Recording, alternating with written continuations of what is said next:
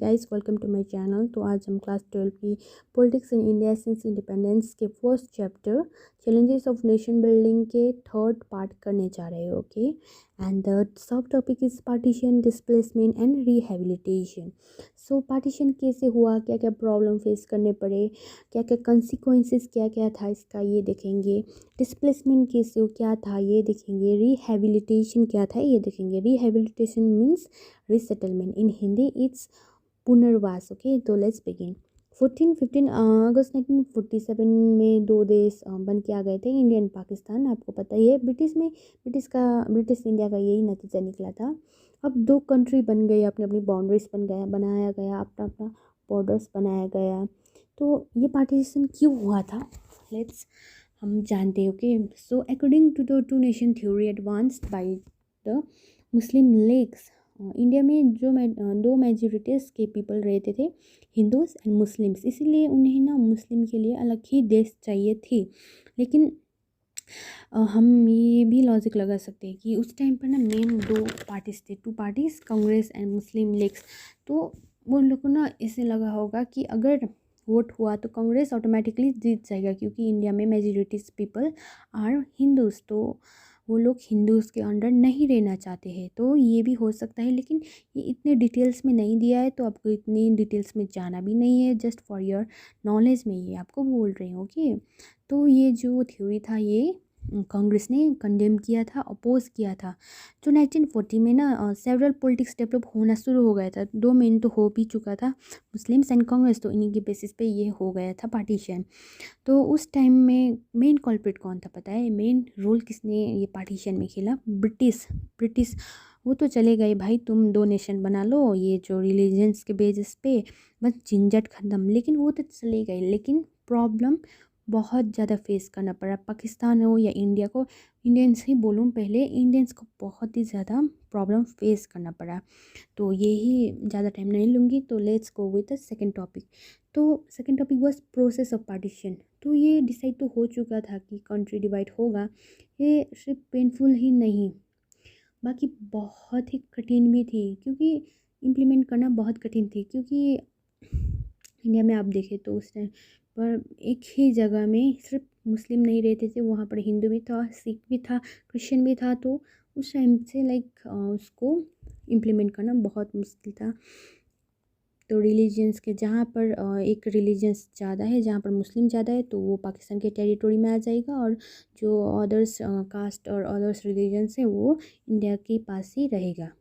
तो ये सुनने में आसान है, लेकिन वो उतना आसान नहीं। मैंने आपको जैसे बताया कि पहले तो ये इंडिया में एक जगह में मुस्लिम मेजोरिटीज़ नहीं था, दो मेन कंसंट्रेशन किया गया। एक था वेस्ट एंड ईस्ट।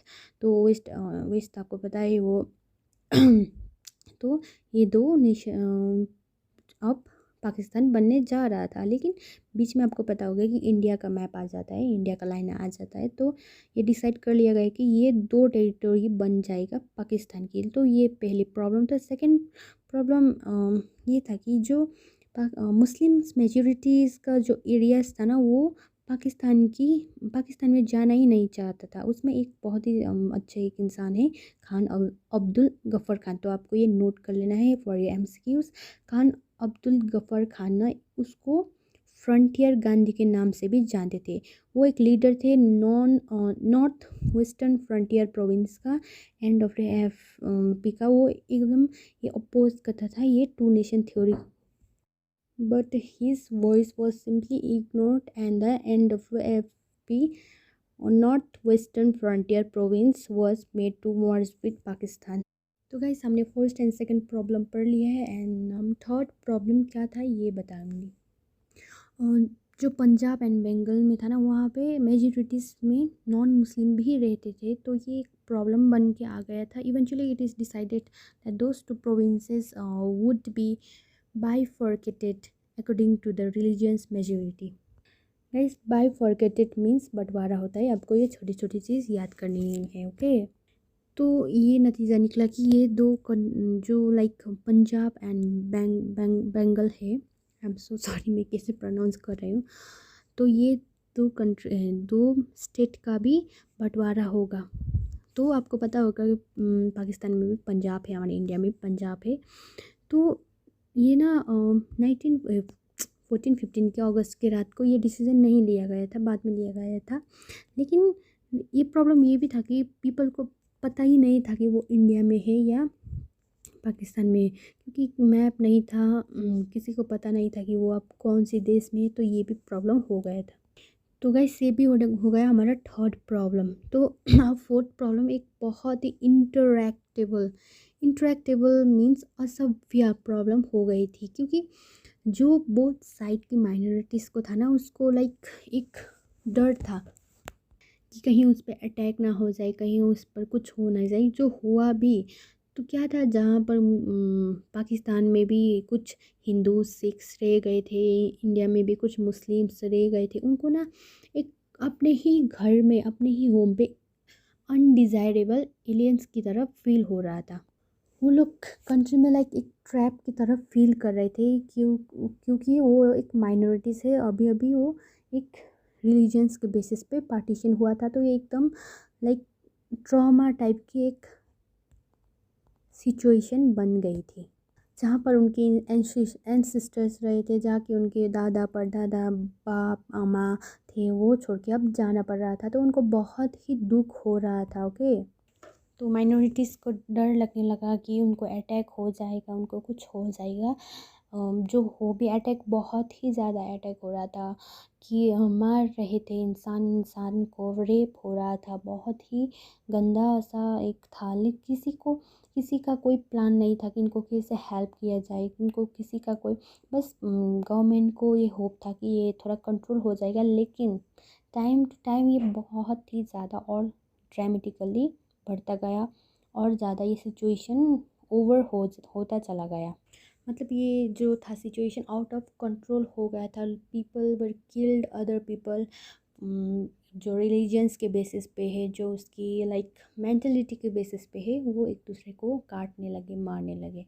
तो उन लोगों के जो माइनॉरिटीज़ के पास कोई भी अब रास्ता नहीं था, एक्सेप्ट वो देश छोड़ के चला गया, वो बॉर्डर छोड़ के चला जाए। ओके, तो यहीं पर हमारा प्रोसेस ऑफ पार्टीशन की टॉपिक ख़त्म हो जाती है। तो अब आ जाती है कंसिक्वेंसेस ऑफ पार्टीशन, इसकी कंसिक्वेंसेस, इसका नतीजा क्या था, तो हम चलते हैं।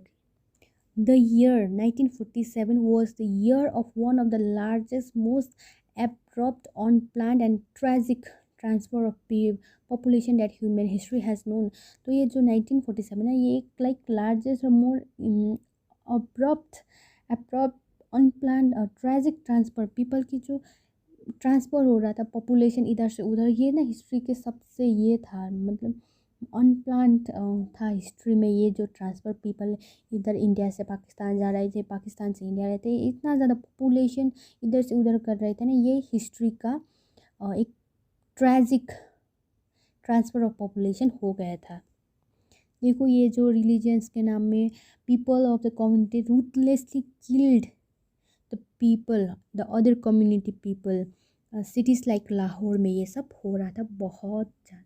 यहाँ पर एक ट्रेन का ये सीन भी है, मैं आपको ये भी दिखा दूँगी। यहाँ पर देखिए, ट्रेन में लाइक प्लेस ही नहीं है, people are sitting on the roof of the plane.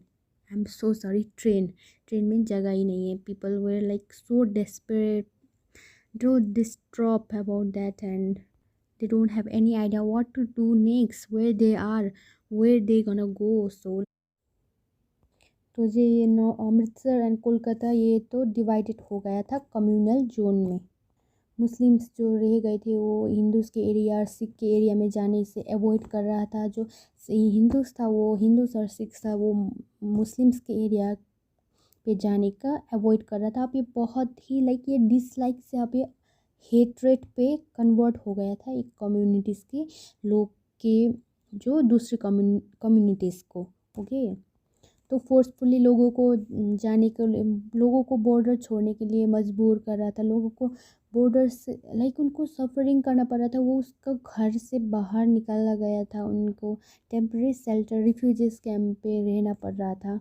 देखो, उनको कोई हेल्प नहीं मिल रहा था, जो पुलिस से या किसी कंट्री से, अपने ही कंट्री में कोई उसको हेल्प नहीं कर रहा था।